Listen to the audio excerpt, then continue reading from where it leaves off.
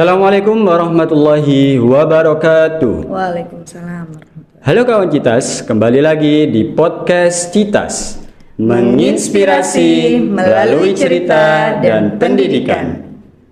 Tempat di mana kita belajar dan berbagi cerita untuk masa depan yang lebih baik. Kawan Citas, hari ini kita hidup di zaman di mana kita bangga anak-anak kita juara kelas. Kita bahagia ketika melihat mereka memenangkan berbagai macam lomba. Kemudian kita sebagai orang tua, kita dengan bangga mengunggah sertifikat-sertifikat yang didapatkan oleh anak kita ke media sosial kita. Hari ini kita menghadapi realita yang sangat menarik tetapi sangat mengkhawatirkan. Anak-anak semakin pintar tapi kesabarannya semakin menipis. Anak-anak lebih percaya diri, tetapi sulit untuk menerima nasihat. Anak-anak kita pintar untuk berbicara, tapi belum terlatih untuk menghormati orang lain. Bukan karena mereka buruk, bukan karena mereka tidak diajarkan, tetapi mungkin karena kita hidup di era di mana kita lebih cepat menghargai prestasi daripada karakter. Jika kondisi ini terus dibiarkan, kita bisa saja mencetak generasi yang pintar dan cerdas, tetapi kehilangan arah. Pada episode kali ini, kita akan membahas sesuatu hal yang sangat penting bagi anak-anak di Indonesia, yaitu meneladani sosok yang menjadi pelopor pendidikan di Indonesia, yaitu Ki Hajar Dewantoro. Dalam gagasannya yaitu membentuk adab sebelum ilmu, khususnya di jenjang madrasah ibtidaiyah. Hari ini kita kedatangan narasumber yang sangat istimewa dan inspiratif, yaitu Ibu Ana Al-Fatin, Sarjana Pendidikan. Beliau merupakan wali murid dari MI Citra Taman Siswa. Beliau berprofesi sebagai guru sekaligus co-founder dari lembaga pendidikan bahasa Inggris, yaitu Mr. Fast yang ada di Menganti.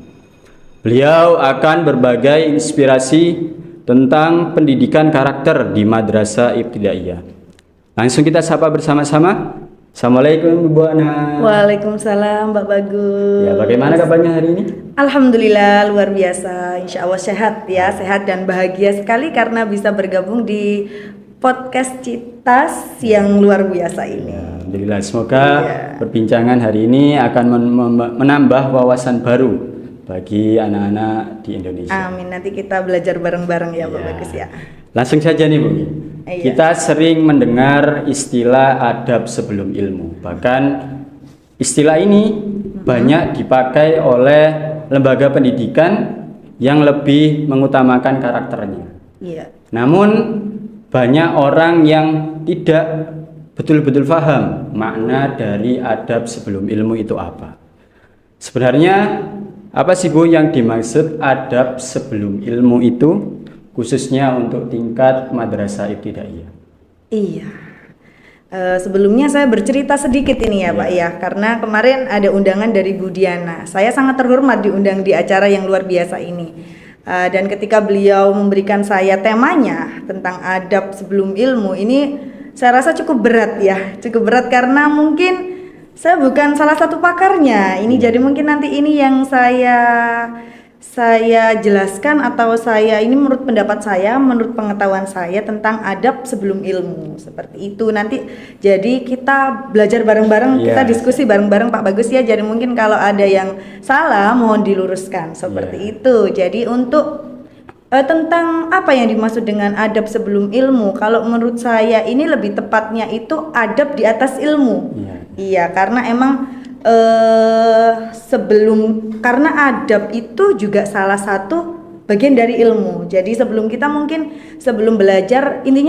belajar ilmu akademik, mungkin kita perlu belajar tentang ilmu tentang adab, tentang akhlak seperti itu. Jadi ini kita ke viewersnya ini kita anak-anak didik kita ya. Jadi mungkin kita pakai bahasa yang cukup ringan yang biar anak-anak bisa mengetahui, bisa langsung nangkep. Jadi apa sih maksudnya adab sebelum ilmu? Jadi sebelum kita mempelajari ilmu akademik, mencari ilmu, itu kita harus belajar tentang ilmu adab dulu, untuk bersikap dengan baik dulu, bagaimana cara kita hormat kepada guru dan orang tua, bagaimana cara kita berbicara, bertingkah laku, terus tidak memotong pembicaraan seseorang seperti itu. Karena ilmu akan gampang masuk ke dalam diri kita, ke dalam diri anak-anak jika anak-anak itu mempunyai hati yang bersih dan akhlak yang baik. Jadi contohnya kalau ketika masuk kelas ketika kita masuk kelas, guru mau menerangkan, kalau anak itu adabnya baik, pasti kan ketika ada guru menjelaskan, itu anak mendengarkan, tidak ngomong sendiri atau tidak mencelah omongan gurunya. Jadi kan materi yang disampaikan guru itu gampang masuk gitu, seperti itu. Jadi mungkin di sini kawan kita jangan salah paham ya. Kita tidak memilih salah satu antara adab dan ilmu. Benar sekali, karena emang harus maksudnya harus sama gitu loh. Adab sebelum ilmu itu maksudnya adab di atas ilmu. Jadi orang yang beradab itu pasti berilmu gitu. Jadi orang yang tidak beradab mungkin ilmunya sedikit, karena ilmu tentang keadaban itu masih kurang seperti itu. Baik Bu. Kalau kita tarik ke sosok pelopor dari pendidikan di Indonesia, yaitu Ki Hajar Dewantara, beliau mengajarkan bahwa pendidikan itu adalah memanusiakan manusia. Menurut pandangan Ibu, adab itu sangat penting pada saat kita menjalani pendidikan di madrasah. Bagaimana pandangan Ibu tentang hal itu?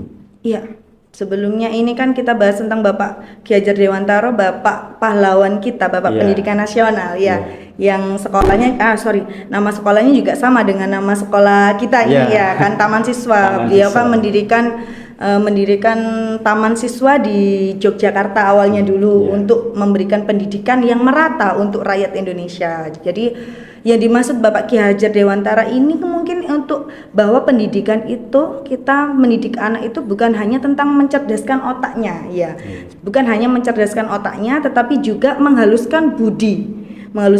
Beliau percaya bahwa anak yang akan tahu tentang adab, bagaimana berperilaku, itu akan menggunakan ilmunya dengan kebaikan, bukan kesombongan.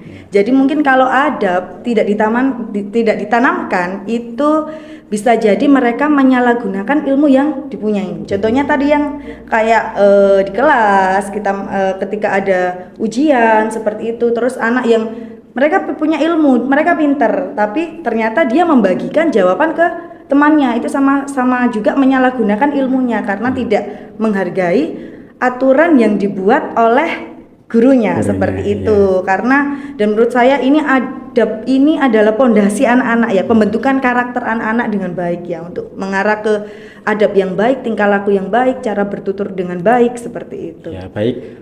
Berarti ajaran tersebut sangat relevan Bu dari zaman dahulu mungkin sampai ke depannya.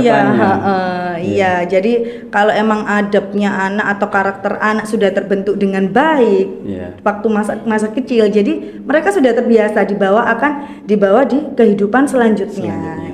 Seperti itu. Baik Bu, kalau kita turunkan ke hal yang lebih praktis nih Bu. Kadang anak-anak di usia madrasah ibtidaiyah ini hanya membutuhkan contoh yang kecil. Bukan hanya sekedar teori. Bagaimana cara sederhana yang bisa dilakukan siswa madrasah ibtidaiyah untuk menerapkan adab dalam kehidupan sehari-hari di madrasah?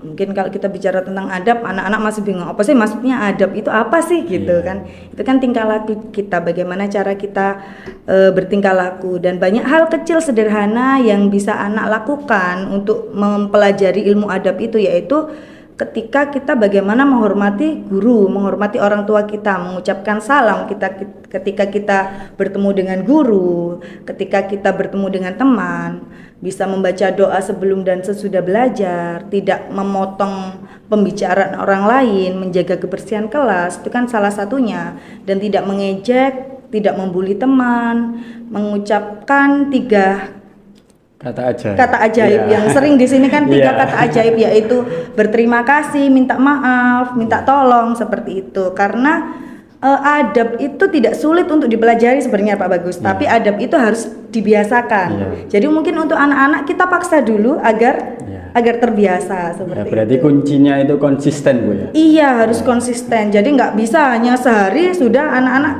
nggak bisa, karena kita peran sebagai pendidik juga kita sebagai contoh gitu. Kita harus memberikan contoh dulu biar anak-anak kita memaksa anak-anak untuk berperilaku baik agar mereka terbiasa. Iya. Karena hal besar itu dimulai dari hal yang kecil tapi betul konsisten. sekali. Iya, betul sekali.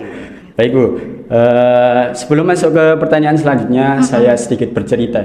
Kadang kalau saya menerima wali murid pada saat pengambilan rapot, itu hal yang paling pertama ditanyakan itu adalah bagaimana nilai anak kita Pak, bagaimana ranking anak kita Pak. Jadi mungkin anak-anak zaman sekarang kemudian juga wali murid lebih mengedepankan nilai akademiknya. Iya. Jadi bagaimana kira-kira cara menanamkan pentingnya adab agar tetap menjadi prioritas? Iya, kalau dilihat dari ceritanya Pak Bagus, berarti kan maksudnya sama. Kita sama-sama pendidik. Tahu mungkin orang tua yang ditanyakan, Bu ranking berapa? Bu nilai anak saya bagaimana gitu. Jadi untuk memprioritaskan adab itu mungkin kita kembali lagi ke kita sebagai pendidik. Itu bagaimana cara? Mungkin ini bisa kan saya di sini kan sebagai pendidik dan orang tua.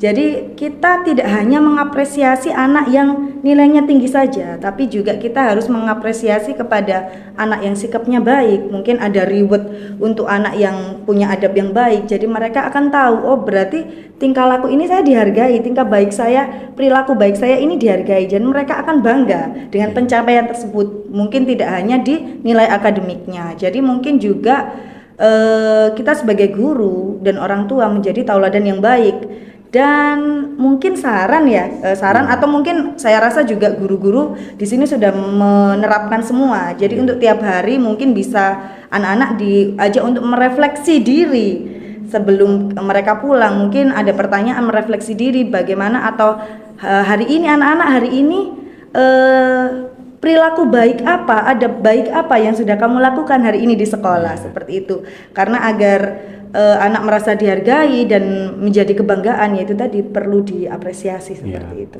Padahal kalau menurut saya nih Bu ya, di kehidupan yang selanjutnya pada saat anak-anak bermasyarakat, orang-orang lain melihat anak-anak kita itu bukan sekedar hanya nilai yang ada di sekolah, tapi bagaimana adab kita menghormati orang tua, bersikap kepada orang yang lebih muda. Iya, karena orang lain akan kalau sudah di luar sekolah ini ya.